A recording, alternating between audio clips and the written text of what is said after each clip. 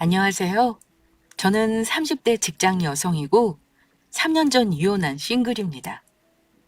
결혼 생활 2년 반 만에 아이 없이 이혼했고 소송 이혼이 아닌 협의 이혼했어요. 아무리 협의 이혼이라지만 아무 이유 없이 이혼한 건 아니고요. 저 같은 경우 남편이 저에게 이혼을 요구했습니다. 원래 이혼이라는 건 작든 크든 부부 사이에 돌이킬 수 없는 문제가 있기 마련인데요. 제 경우 남편이 이혼해달라고 하면서 눈물을 뚝뚝 흘려가면서 이런 말을 했던 기억이 납니다. 여보, 나는 도저히 당신이 나 때문에 고생하는 거 못 봐. 내가 당신 놔둘 테니까 당신은 나랑 이혼하고 더 좋은 사람 만나서 살아. 그게 내가 바라는 거야. 내 말대로 해줄 거지? 그게 무슨 말 같지도 않은 소리야? 부부가 같이 극복하면 되는 거지. 왜 혼자 해결하려고 하는 건데? 힘들 때 옆에 있어주는 게 부부라잖아. 내가 당신이랑 이혼하면 마음 편할 거라고 생각해? 지금은 그렇게 말하겠지만 시간 지나면 우리 둘 다 불행해져. 내가 이런 경우를 한두 번 본 줄 알아? 당신 이제 겨우 33이야. 옆에서 아픈 사람 간병하다가 당신이 먼저 나가 떨어지지 말고 내가 보내줄 때 가. 당신 일 구할 때까지 돈 걱정 안 하게 위자료는 넉넉히 챙겨줄게. 이게 내가 당신에게 해줄 수 있는 마지막 배려야. 남편이 저를 때린 것도 아니고 도박으로 돈을 날린 것도 아니고요. 여자를 만나 바람 피운 것도 아닌데 왜 이혼하자고 했는지 눈치채셨나요? 남편은 이혼 전 암 선고를 받고 가망이 없다는 말에 저에게 이혼을 요구하면서 저를 놔주겠다고 한 사람입니다. 저는 당연히 처음부터 거절했죠. 하지만 결국은 남편이 짐을 본가로 들어가 버리는 바람에 부부관계도 정리할 수밖에 없었습니다. 그 과정에서 속상했던 거 이루 말할 수 없죠. 시어머니도 저에게 이혼하라고 거두셨으니까요. 위자료로 5천 받고 살던 집 전세 보증금 대출 제외하고 서로 저 1억, 그 사람 8천 나눠가지고 이혼했습니다. 이혼했으면 남남인데 얘기할 게 뭐 더 있나 싶으시겠지만 정말 기가 막힌 숨겨져 있는 사연이 있습니다. 오늘 사연을 보내게 된 이유이기도 하고요. 남편은 저보다 6살이 많아요. 성격은 다혈질에 고집 세고 유머 있고 인상 좋다는 소리 많이 듣는 그런 사람입니다. 처음 보는 이들은 성격 좋다며 호평을 하지만 긴 시간 같이 한 친구들은 다들 신랑의 강한 성격에 대해 간혹 뭔가 하기도 합니다. 반면 저는 누가 봐도 천생 여자라고 하는 순한 성격이고 이해심도 많은 편이에요. 남편처럼 기가 센 편도 아니어서 남편이 화낼 때 같이 화내는 게 아니라 먼저 참고 나중에 조목조목 따지는 성격입니다.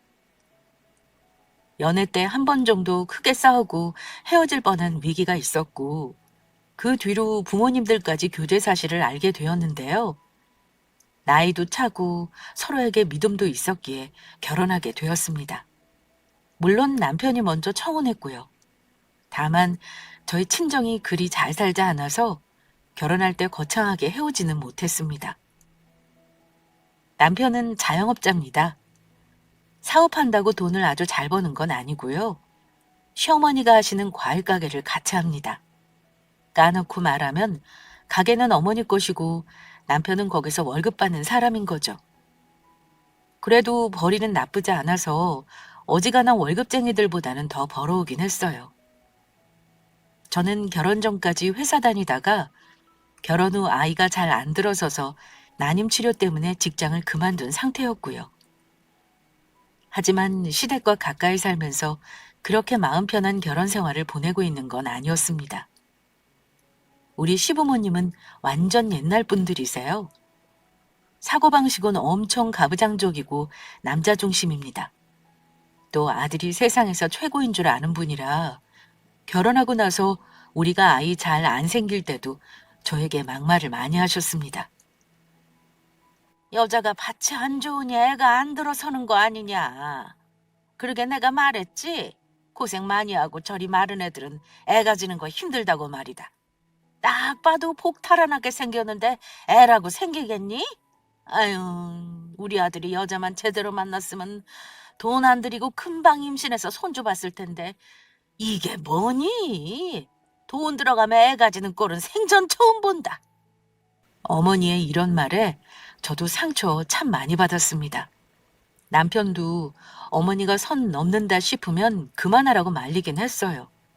하지만 어머니는 남편이 그만하라고 하면 잠시 말을 멈출 뿐 매번 만날 때마다 저에게 상처 주는 말을 하던 분이십니다. 처음에는 그냥 저도 듣고 있다가 나중에는 억울하다는 생각이 들어서 말대꾸를 하기도 했습니다. 어머니, 아이 안 들어서는 게 저한테만 잘못 있는 거 아니에요. 병원 가서 검사했는데 이 사람도 문제 있대요. 건강관리 안 하면 아이 가지는 거 어렵다고 했는데 왜 그렇게 심한 말을 하세요? 같이 노력해야 하는 거고 저는 몸 상해가면서 약도 먹고 있는 거 안 보이세요? 그랬더니 어머니는 자기 아들에게 문제 있다는 말을 했다고 전보다 더 노발대발하셨습니다. 뭐? 너 감히 우리 아들이 지금 문제 있다는 말을 하는 거니? 내 아들은 어릴 때부터 잔병 한 번 없던 애야. 문제 있다면 너한테 있는 거다. 다시는 시어미 앞에서 네 신랑 문제 있다는 말 하지 말어. 엄마, 그만해요. 이 사람이나 저나 속상하긴 매한가지인데 지금 누구한테 문제 있고 없고 따지는 게 뭐가 중요하다 그래요. 네 마누라라고 엄마 앞에서 역성 들은 거니? 엄마도 속상해서 그런다. 매사 고분고분하게 대답하면 내가 이렇게 화낼 일도 없어. 굳이 너한테 흠이 있다고 말하는 걸 내가 그냥 넘기라는 거야? 그러니까요. 어쨌든 이 사람도 애쓰고 있으니까 그만두세요. 자꾸 이런 식으로 압박 주시면 될 일도 안 되겠어요. 그때 저 우는 거 보고 남편이 딱 한 번 제 편을 들어주더라고요. 그게 처음이자 마지막이었지만요. 암튼 시어머니와는 이런 문제로 사이가 그리 좋지 않았고 남편은 중간에서 고부 갈등을 중재하지 못해 힘들어했습니다. 급기야 나중에는 귀찮아서 외면하기까지 했어요. 그렇다고 제가 시댁과 연 끊고 살겠다고 선언할 정도의 강단은 없었기에 어쩔 수 없이 꾸역꾸역 며느리 노릇은 해가며 살아야 했습니다. 남편은 가게 때문에 매일 자기 엄마를 보고 살아야 하니 저보다는 어머니와 있는 시간이 많았는데요. 어머니가 제 험담을 남편에게 얼마나 많이 했는지도 다 알고 있었지만 관계가 더 악화되는 거 원치 않았던 저는 알면서도 참고 넘어갔습니다. 매일 새벽에 나가서 늦게 들어오는 사람인데다 일주일에 쉬는 날은 딱 한 번이라 저는 최대한 남편을 배려해 주려 했어요. 간혹 어머니가 도시락 싸보내라고 할 때는 정성 들여 싸보내기도 했습니다. 어머니와 고부 갈등이 있다고 해서 남편과 갈라서야겠다고 생각한 적은 한 번도 없었습니다. 부부 사이도 나쁘다고 생각한 적은 없었어요. 다들 그러시겠지만 서로 좋아 못 살 정도로 금술이 좋다기보다는 결혼하고 나서는 싸우지 않고 사는 거에 의의를 두고 살았습니다. 남들처럼 애 낳고 집 사고 이렇게 평범하게 살면 그만이라고 생각했어요. 그런데 아무리 노력해도 아이가 생기지 않고 저도 주사나 약을 먹는 게 너무 지치는 때가 오더라고요. 남편 역시 저와 병원 다니는 걸 귀찮아하기 시작했고 아이를 갖는 것에 그다지 의지를 보이지 않았습니다.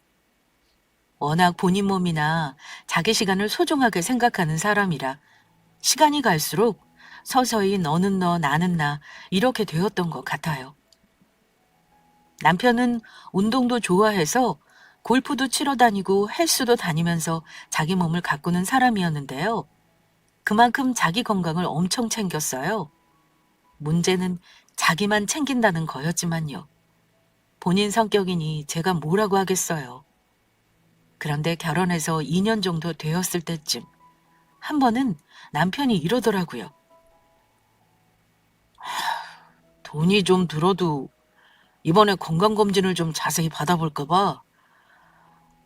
요즘에는 술도 잘 못 마시겠고 몸이 영 안 좋은 것 같아서 말이야. 그래? 자기 몸 챙겨서 나쁠 건 없지.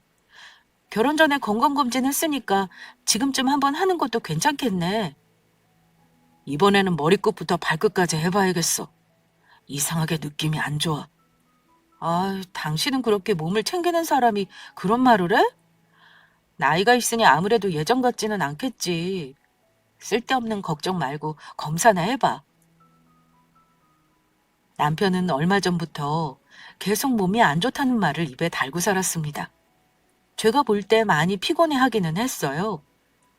거의 몇 달간 주말도 없이 계속 일 때문에 바쁘기도 했고, 뭔 약속이 그리 많은지 술자리도 많은 것 같았습니다.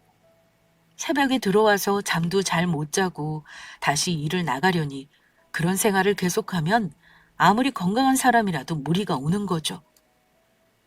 변이 이상하다는 둥, 소화가 안 된다는 둥, 사람을 계속 불안하게 하더라고요. 그래서 빨리 검사를 해서 괜찮다는 결과가 나와야 건강 염려증도 나아지겠다 싶었습니다. 수면 내시경을 한다길래 제가 동행 여부를 물어봤는데 괜찮다고 하더라고요.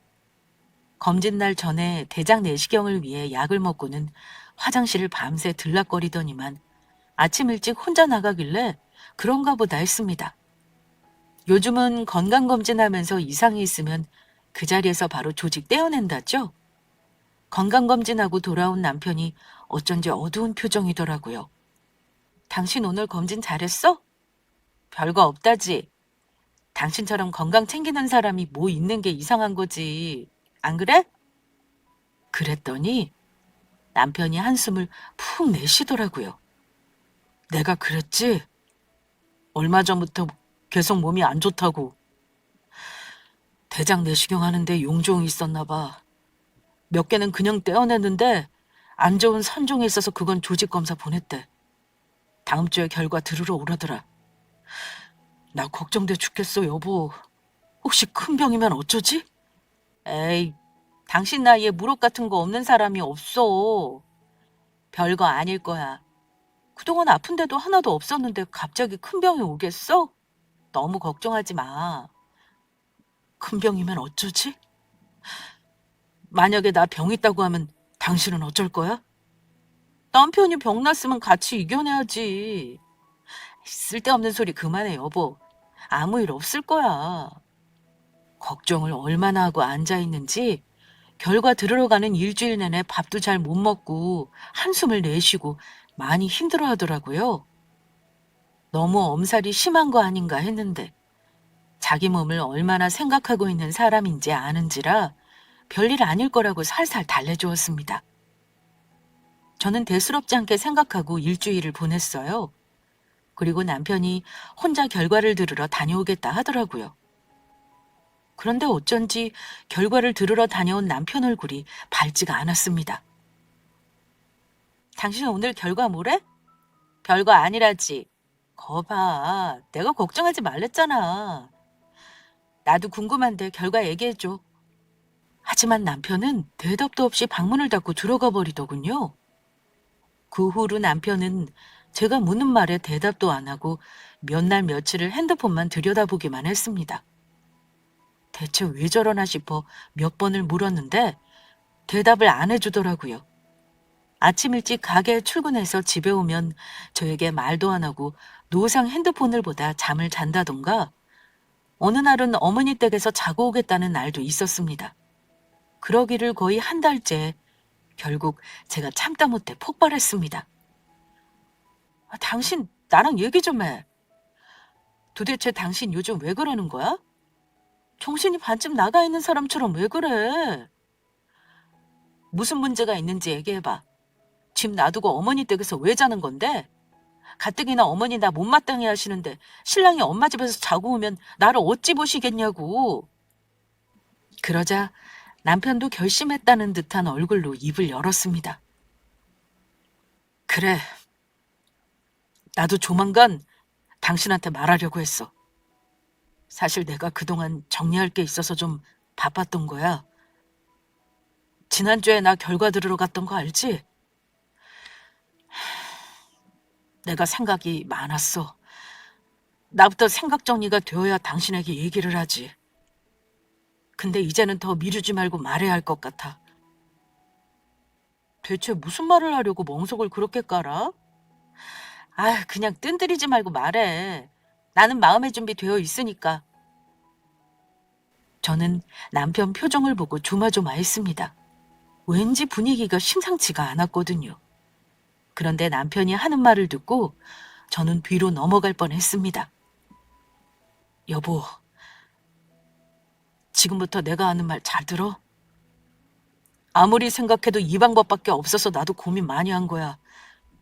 당신을 위해서 결정한 거니까 내 말에 따라주겠다고 먼저 약속해줘. 일단 들어봐야지. 약속을 하든 말든 하지. 무슨 일인데 이렇게 뜸을 들여서 사람을 불안하게 하는 거야? 남편이 하는 말은 한마디로 어처구니가 없는 소리였습니다. 여보, 우리 이혼하자. 나랑 이혼해줘. 그게 당신에게도 최선이고 나도 최선이야. 실은 여보, 내가 암이래. 그것도 얼마 못 산대. 그러니 내가 제정신이었겠어? 다음 주에 병원도 다시 가야 하고 치료 계획도 짜야 하는데 도무지 마음이 안 잡히는 거야. 근데 당신은 집에서 나만 쳐다보고 있고 임신하려고 노력하는 거 보니까 내가 마음이 심란하더라고. 뭐? 당신 그런 나쁜 소식을 들었으면 나한테도 진작에 얘기를 해줬어야지. 무슨 암이고 몇 개인지 설명 들었을 거 아니야. 그럼 수술하고 항암하면 되는 거 아니야? 갑자기 암이라는 것도 충격인데 대체 이혼하자는 말은 왜 나와? 그러자 남편이 한다는 말이요. 나만 생각하면 당연히 당신 도움 받으려고 했을 거야. 하지만 우리 결혼한 지 3년도 안 됐고 애도 없는 데다가 내가 잘못될지도 모르는데 결혼 생활 지속하는 건 내가 너무 이기적인 것 같아서 그래. 엄마도 나 투병하는 거 도와주신다고 그냥 이혼하래. 여러 가지로 당신한테 못할 짓 같아서 신중하게 고민한 거니까 당신도 내 말대로 해줘. 당신 내 병시중 들면서 꽃 같은 30대 다 흘려보내고 싶어? 이혼하더라도 당신 생활비랑 위자료 다 챙겨줄 거니까 조용히 헤어지자. 나 당신한테 짐이 되고 싶지 않아. 부탁이야. 내 말대로 이혼해줘. 그게 무슨 이상한 논리야? 뭐 사랑해서 나를 놓아준다 이딴 식으로 나 기만하는 거야? 부부면 같이 어려움도 헤쳐나가야지. 당신이 나를 얼마나 못된 사람으로 보길래 그래? 내가 남편 암투병하는데 도망갈 여자로 보여? 하지만 남편은 막무가내로 이혼을 요구했습니다. 나중에 제가 어차피 지칠 거라 했고 아이를 바라는 저지만 방사선 치료하게 되면 불임이 될 수도 있다고 하면서요. 불임이라는 말을 들으니 저도 가슴이 철렁하더라고요. 그날부터 남편은 이혼을 줄기차게 요구했고 저는 거부하는 나날들이 이어졌습니다. 남편은 얼마 후 병원 치료를 받는다면서 짐을 꾸리더니 저에게 이러는 겁니다. 나 어머니 댁으로 갈게. 앞으로 내 병가 너는 엄마가 하실 거야. 내가 이혼 서류 놓고 갈 테니까 당신은 도장만 찍어서 주면 돼. 너무 깊이 생각하지 마. 그냥 얼마 되지도 않는 결혼 생활이었고 당신 앞으로 인생 위에서 내가 놔주는 거야. 나중에 나한테 고맙다고 해야 할걸? 남편은 그 말을 남기고 집도 나갔습니다. 저는 붙잡지도 못했어요. 자기 암 걸렸다고 배우자에게 이혼을 하자니 이걸 고맙다고 해야 하는 건지 이기적이라고 해야 하는 건지 혼란스러웠습니다. 남편이 집을 나가고 며칠 후 제가 마음의 결심을 하게 된 계기가 있었습니다. 바로 시어머니 때문이었는데요. 시어머니는 저에게 아들과 이혼하라고 차갑게 얘기하셨습니다. 대체 너는 뭐가 고민이니? 우리 아들 죽을 병 걸려서 너를 놔준다잖아. 내가 앞으로 병시중 할 거니까 너는 조용히 부부 인연 끝내라. 다른 여자 같았으면 옳다구나 할 일을 왜 이리 마다하는 거니? 우리 아들이 너를 얼마나 생각하면 그런 결정을 했겠어. 나 두 말 안 한다. 어차피 둘 사이 애도 없고 나눌 재산이라고는 집밖에 없는 거 아니냐? 둘이 각자 보탠 돈만 가지고 헤어지면 끝이니까 너도 네 살 길 찾아서 가. 우리 아들이 죽으면 너 혼자 애도 없이 어쩔 셈이야. 놓아줄 때 이혼해라. 어머니, 저는 제가 왜 이혼을 해야 하는지 모르겠어요. 어머니 아들이 암인데 며느리대로 이혼하라는 게 정말 아들을 생각해서 하시는 말씀인지도 모르겠고요. 대체 왜들 이러시는 건지 솔직히 말씀해 주세요. 설마 제가 어머니 아들 잘못되면 재산이라도 차지할까 봐 미리 이러시는 거예요? 그러자 어머니가 꿀먹은 벙어리처럼 아무 말을 안 하시는 겁니다. 저는 그거 보고 고개를 끄덕였습니다. 침묵이 대답이라고 생각했고 시가 식구들이 나를 어떻게 생각하고 있는지 뭔가 깨달음이 오더라고요. 이 사람들은 나를 가족이라고 생각하지 않는구나 하고 말입니다. 아이도 없었으니 더욱 마음이 뜨더라고요. 그래서 어머니 말 듣고 남편이 원하는 대로 그까짓 이혼 해주겠다고 했습니다. 남편이 놔두고 간 이혼 서류에 도장 꾹꾹 찍은 후 이혼하자고 했더니 득달같이 집에 오더군요. 암치료 시작했다고 말은 들어서 그런가 얼굴이 좀 축나 보여서 마음이 안 좋더라고요. 하지만 이혼 서류를 건네받은 남편은 얼굴이 왠지 모르게 들떠 보였습니다. 잘 생각했어. 나 이제부터 항암하고 수술하면 당신 고생길 훤한데 내가 그걸 어찌 견디나 했어. 되도록 이혼 마무리 빨리 하자. 협의 이혼이지만 위자료 명목으로 현금은 챙겨줄게. 당신도 최대한 빨리 일자리 구해 집은 부동산에 빨리 내놓자. 당신 이혼한다는 사람이 왠지 신나 보인다. 아프다더니 어머니랑 있으니까 잘 챙겨 먹나 봐? 그래, 나도 당신 말대로 병시종 안 하면 좋지. 근데 이거 하나 알아도 나는 당신의 집안 돈이니 재물 같은 거 탐내는 거 없어. 당신 어머니가 나에 대해 어찌 생각하시는지 모르지만 우리 이혼하는 거에도 한몫했다는 거 꼭 말씀드려. 당신이 이혼을 이렇게나 원하는데 내가 계속 부부 생활 지속하는 것도 웃기고 당신 말대로 우리 인연은 여기서 끝내는 게 어쩌면 맞는지도 모르지. 그래. 어쨌든 우리 이혼하면 내 소식 알려고 하지 마. 당신 마음만 아플 테니까. 알았지? 이혼은 오래 걸리지 않았습니다. 아이도 없었고 혼인기간도 짧았기에 숙려기간은 고작 한 달. 이혼 기간 동안 저는 급하게 다시 일자리를 잡았고 집도 얻었습니다. 다행히 남편에게 현금 위자료는 넉넉히 받았고 이혼 후 마음의 상처가 문제였지만 생활이 흔들리지는 않았습니다. 남편 소식이 안 궁금했다면 거짓말이겠죠. 그런데 직장 때문에 결혼해서 살던 곳과 2시간 넘는 거리로 이사 오기도 했고 남편은 전화번호도 바꿨는지 카톡 프로필로도 근황을 알 수 없었습니다. 신기하게도 이혼하자마자 아예 모든 연락과 소식이 끊겨버리더라고요. 결혼과 연애를 합치면 도합 5년의 시간이었지만 이혼으로 마무리한 인연이니 별 수 있나요? 가끔 내가 왜 이혼을 했어야 했는지 울분이 차오를 때도 있었는데요. 어찌어찌 시간이 가다 보니 저도 싱글의 삶에 익숙해지기 시작했습니다. 고양이 2마리를 입양했고 직장 생활도 자리가 잡히면서 예전에 다니던 곳보다 더 좋은 대우를 받기도 했습니다. 이혼 후 지인은 물론 친구들과 모든 연락을 끊고 살다가 저도 서서히 사람도 만나면서 이혼의 상처를 극복해 나가고 있었습니다.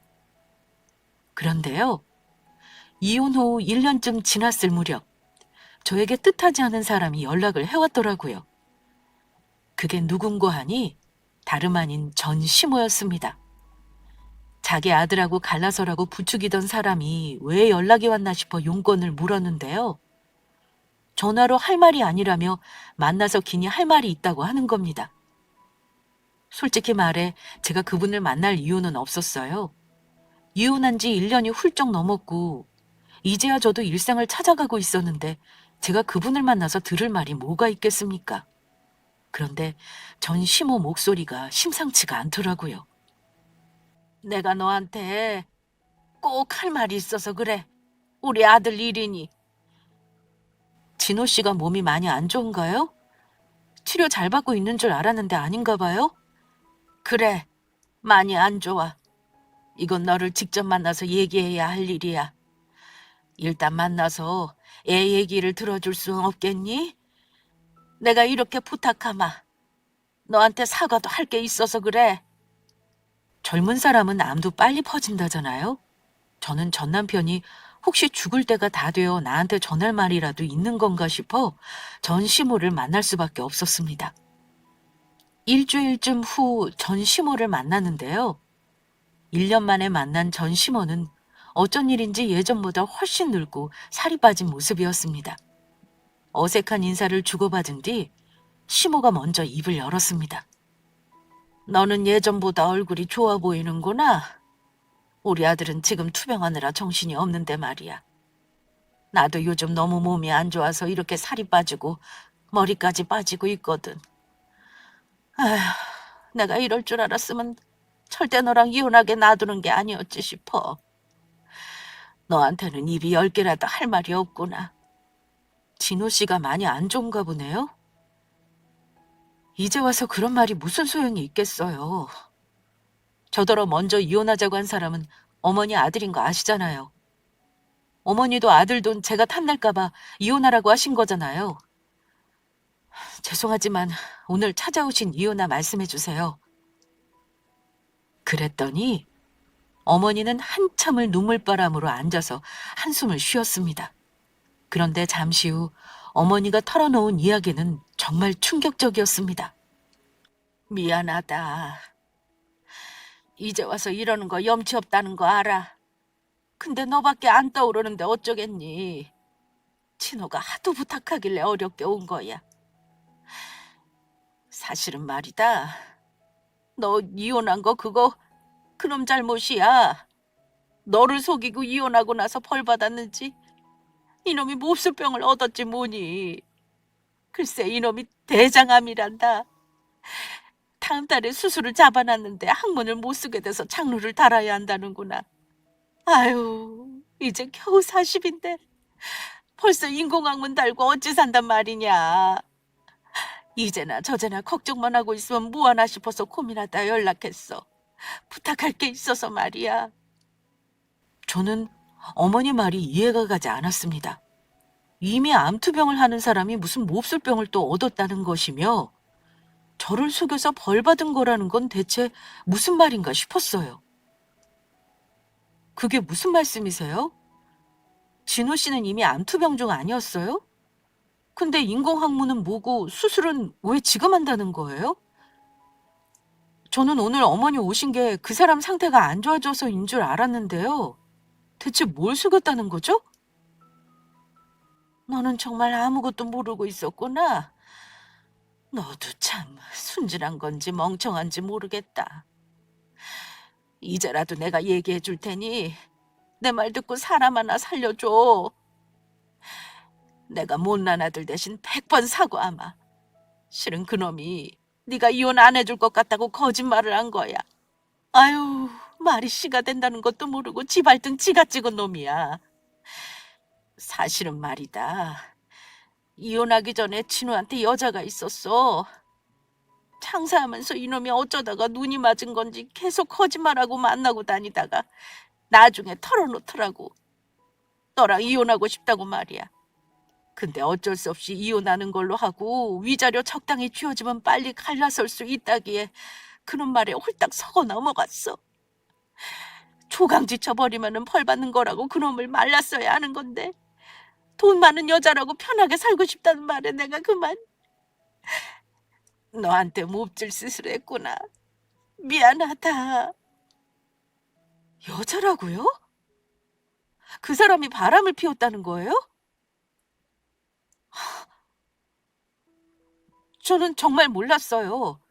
그럼 어머니 아들은 나랑 이혼하고 싶어서 안 걸렸다고 거짓말을 했다는 거네요?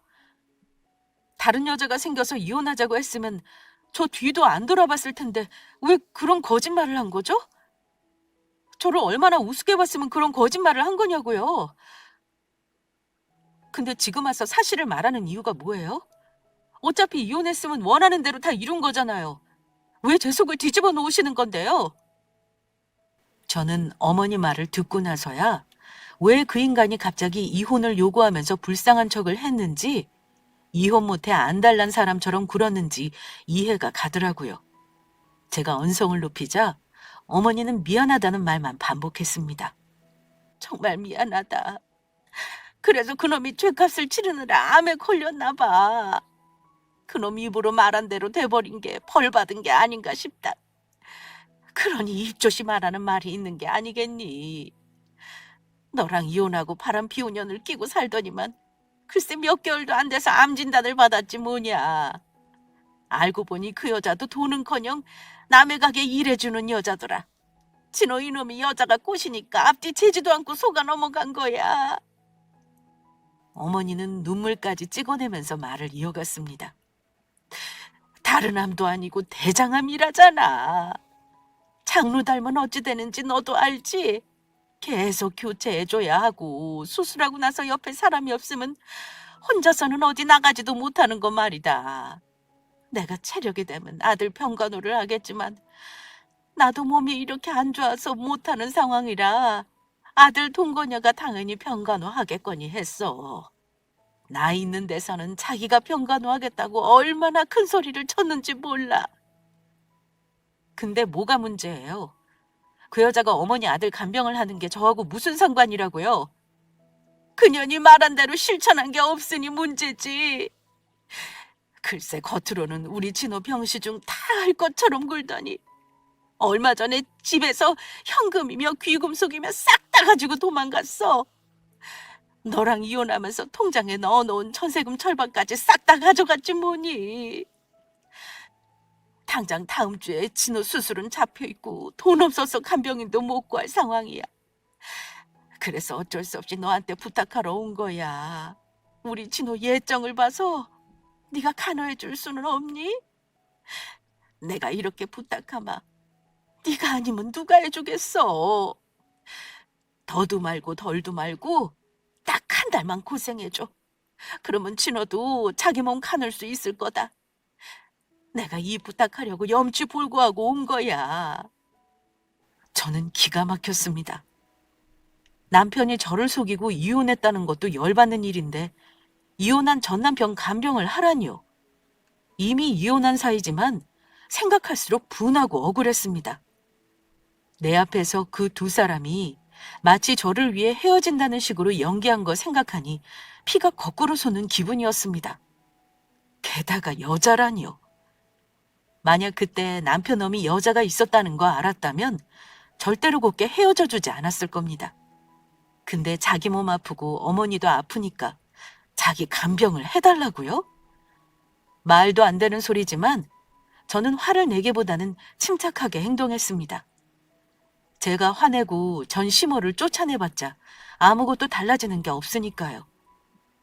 그때 어떤 이유에서인지 당한 걸 되갚아주고 싶다는 마음이 들었습니다. 어머니, 제가 모든 사실을 알았다고 해도 진호 씨한테 안갚음을 할 방법은 없네요. 저 속이고 바람 피운 거, 거짓말로 이혼하자고 한 거, 그 인간이 안 걸린 걸로 벌 받았다고 생각할래요. 그래도 저에게 이러시면 안 되는 거예요. 저는 어머니 며느리도 아니고 그 사람 와이프도 아니잖아요? 어머니 아들이 좋다는 여자 찾아내서 간호하라고 하세요. 저는 실례요. 병 걸렸다니까 돈까지 들고 도망가냐니 퍽이나 돌아오겠니? 아마 어디 숨어 있다가 다른 남자 찾으려니다. 내가 이렇게 간곡하게 부탁하는데 예전에 정을 봐서 좀 도와다오. 전 시어머니는 쉽게 물러서지 않을 태도였습니다. 제가 도와주겠다는 대답을 반드시 듣고 돌아갈 기세였어요. 시모와 전 남편이 한통속으로 저를 속이더니만 지금도 똑같이 저를 이용해 먹으려고 하는 거잖아요. 너무 괘씸하고 미웠습니다. 전 남편이 원하는 대로 이혼했지만 암 걸렸다고 하니까 그놈이 벌 받은 건 분명하고 대신 내 가정을 파탄내고 남자를 조종해서 이혼하게 만든 상간녀도 혼내주고 싶었습니다. 돈까지 빼서 도망갔다고 해도 분명 사는 곳은 있을 거라 생각했습니다.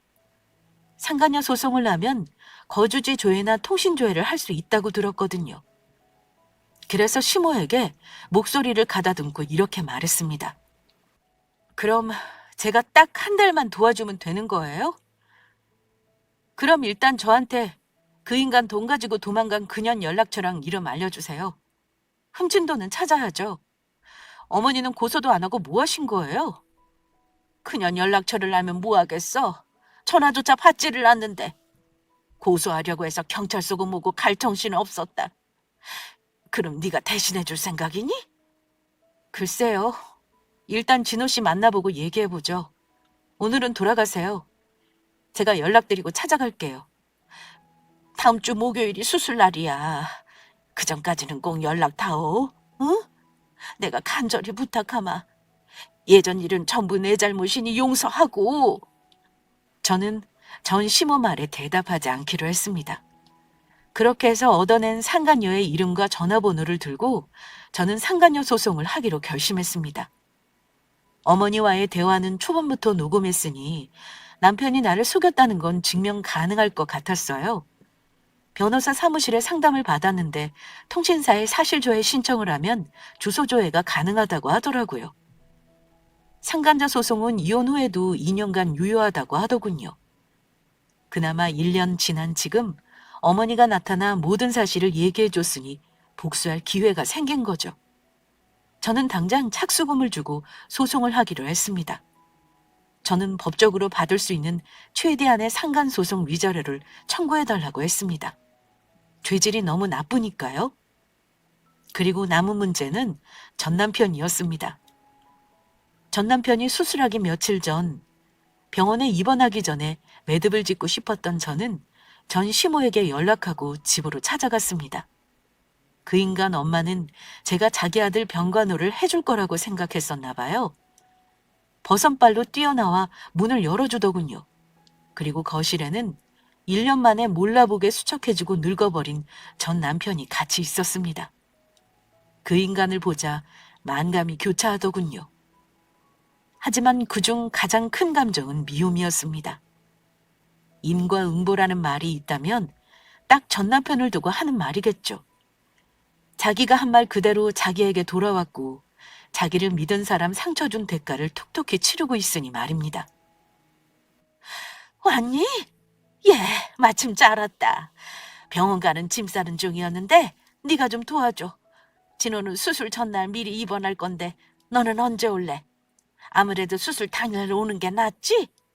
어머니는 제가 자기 아들 간병을 할 거라고 굳게 믿고 있었습니다. 전 남편은 제가 모든 걸 알고 있다는 걸 알고 있었을 겁니다. 그래서 저와 눈을 마주치지도 못했습니다. 그래서 제가 먼저 물었어요. 당신 나한테 암이라고 뻥쳐서 이혼했는데 진짜 암이라며? 나랑 이혼하고 싶었으면 차라리 다른 이유를 대지 그랬니? 뭐 어쨌거나 어떤 이유를 댔던지 당신은 벌 받았을 테지만 말이야. 미안하다. 그 말 말고 내가 무슨 말을 하겠어. 그래도 와줘서 정말 고마워. 나 요즘 너무 힘들었거든. 당신이 같이 있어준다고 하니까 힘이 되네. 엄마가 설명해 주셨지? 인공항문 달면 조금 힘들 거야. 몸 회복할 때까지는 당신이 교체해줘야 하거든. 부탁 좀 할게. 당신한테는 미안하고 면목이 없다.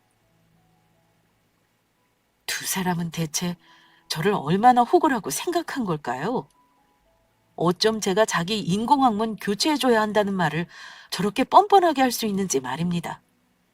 병간호를 해줄 거라고 철석같이 믿고 있는 두 인간에게 마지막으로 일침을 날리고 저는 그 인간들과의 마지막 악연을 정리할 생각이었습니다. 그래, 늦었지만 사과는 받을게. 그래도 나를 속인 대가는 톡톡히 치르는 것 같아서 속은 편하지 뭐야.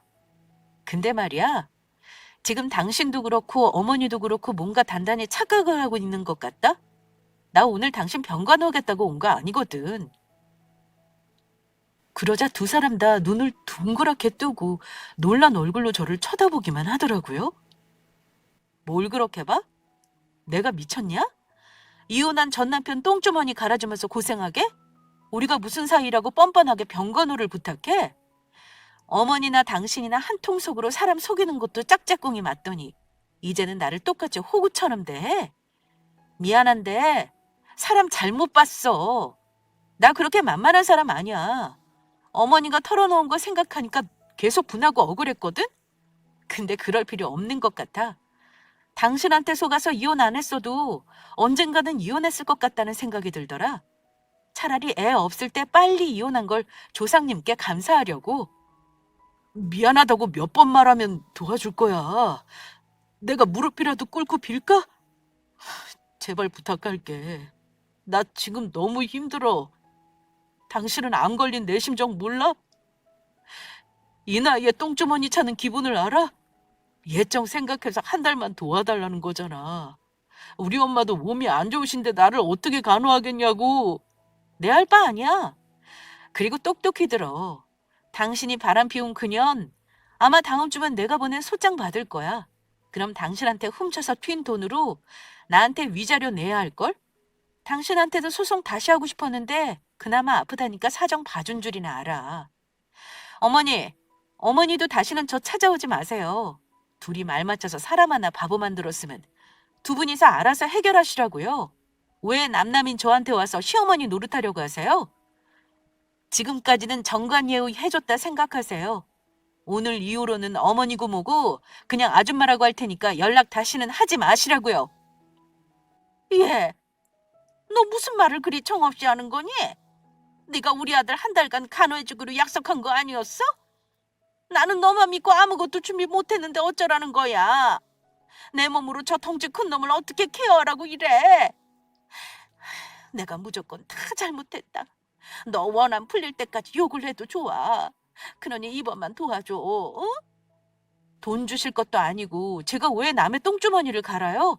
하루에 100만 원 줄 거 아니면 더 이상 강요하지 마시고요. 간병인 알아보세요. 그리고 당신 바람 피웠다는 년이랑 연락되면 당장 나한테 전화해서 싹싹 빌라고 얘기해. 싹싹 빌어도 위자료는 안 깎아줄 거지만 대신 판사님이 조정해주는 대로 끝내주겠다고 말이야. 근데 뻔뻔하게 나온다? 국물도 없을 줄 알라 그래. 저는 두 사람에게 쏘아붙이고 그 집을 나와버렸습니다. 이혼할 때 마치 아름다운 이별을 하듯 정말 큰 소리 안 내고 헤어진 접니다. 그날 두 사람에게 화를 내고 나서야 속에 있는 응어리가 풀리는 기분이었습니다. 그 상간녀 소장을 받은 상간녀가 연락을 먼저 해왔더라고요. 예상은 했지만 역시나 제가 청구한 위자료 5천만 원이 많다며 깎아달라더군요. 하지만 저는 그럴 생각이 없었습니다. 오랜 기간 반복적으로 불륜을 저지르고 이혼을 종용했을 경우에는 많은 위자료를 받을 수 있다는 변호사 말대로 저는 끝까지 양보해주지 않았습니다. 그 후 전 남편은 예정되어 있던 수술을 했더라고요. 제가 연락을 받지 않자 문자고 계속 사정하길래 아예 두 사람 번호를 차단해 버렸습니다. 암이라는 게 쉬운 병은 아니잖아요. 아마 고생스럽게 투병하면서 두고두고 저와 이혼한 거 후회할 겁니다. 그 일 있고 2년이 다 돼가는 지금 상간녀 소송은 저의 승소로 마무리되었습니다.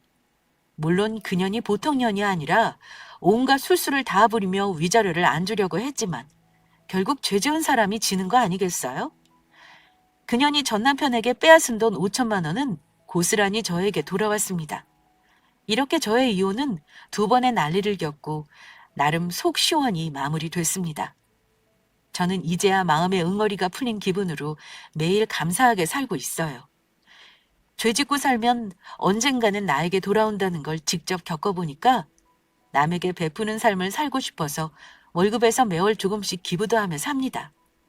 아직은 가끔 내가 바보 같기도 하고 화날 때도 있지만 시간이 해결해 줄 거라 생각합니다. 저의 이혼 사연은 여기까지입니다. 긴 사연 들어주셔서 감사합니다.